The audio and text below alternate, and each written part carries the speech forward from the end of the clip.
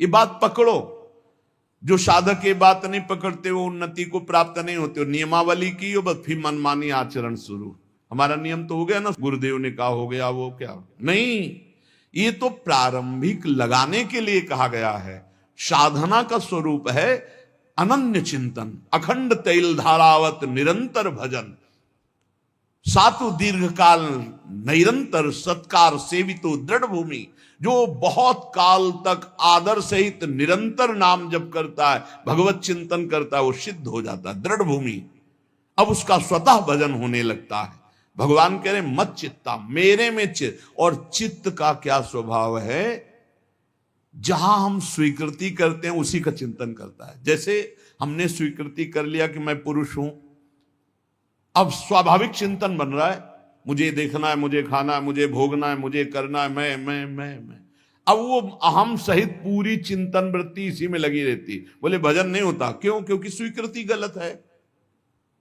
अभी स्वीकृति हो गई मैं प्रियाजू का, अब स्वीकृति में बार बार आने लगा हमारी श्यामा जो, हमारी लाडली जो, हमारी प्रिया जो, उनके सिवा कोई हमारा, चिंतन बदलने लगा।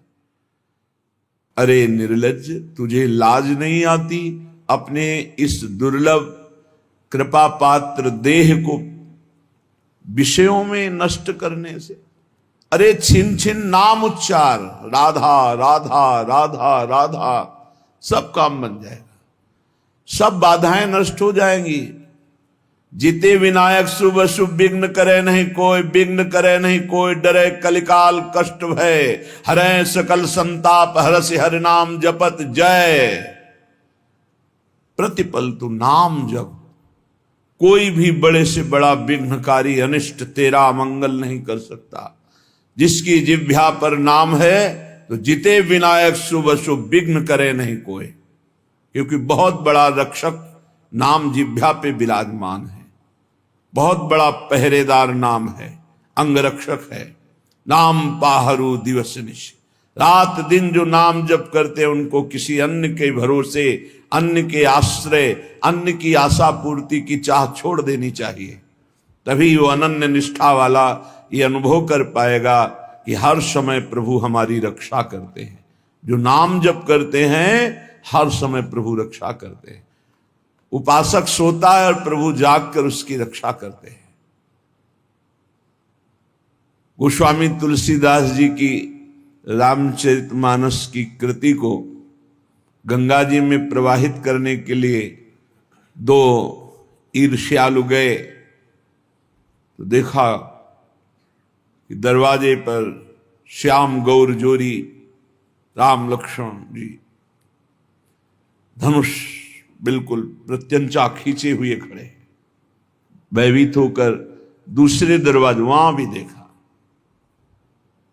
भक्त चैन से सोता है और भगवान जागकर उसकी रक्षा करते हैं। विश्वास करे, बस आश्रय भरोसा दृढ़ करके छिन छिन नाम जप करे। नाम जप अगर जीवन में नहीं है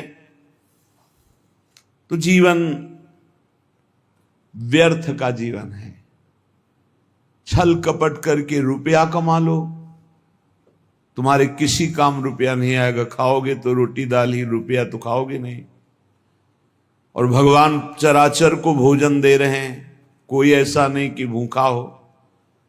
जो दो रोटी में तृप्त हो जाता है उससे दो रोटी देते हैं, जिसे 2 कुंतल चाहिए उसे 2 कुंतल का आहार देते हैं। भगवान सबको आहार देते हैं। अगर तुम मनुष्य शरीर धारण करके केवल आहार और भोग और रुपया पैसा मान प्रतिष्ठा में जीवन नष्ट कर दिया तो क्या दुर्लभता रही इस मनुष्य जीवन की। 84 लाख योनियां, ये निद्रा भय आहार मैथुन सबके है। फिर कहा गया बड़े भाग मानुष तन पावा, सुर दुर्लभ सदग्रंथन गावा, साधन धाम मोक्ष कर द्वारा, पाए न जे परलोक सम्हारा। बड़ा दुर्लभ, देव दुर्लभ मनुष्य शरीर है। सबका जितने मानव देह धारण किए बड़ा देव दुर्लभ, क्योंकि इससे आप जितनी ऊंचाई पर चढ़ना चाहें चढ़ सकते हैं।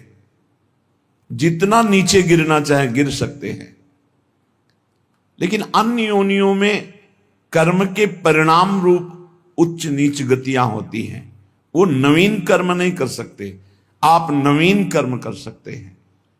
आप साधना करके मोक्ष प्राप्त कर सकते हैं, भगवान में तन्मय होकर भगवत स्वरूप हो सकते हैं, योग की दिव्य सिद्धियां प्राप्त कर सकते हैं, स्वर्ग ब्रह्म लोक जहां जाना चाहो, कैलाश साकेत वैकुंठ सब प्राप्त कर सकते हैं आप मानव देह में।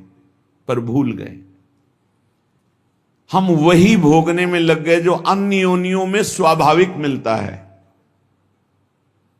अमर्यादित मैथुन पशु पक्षियों में,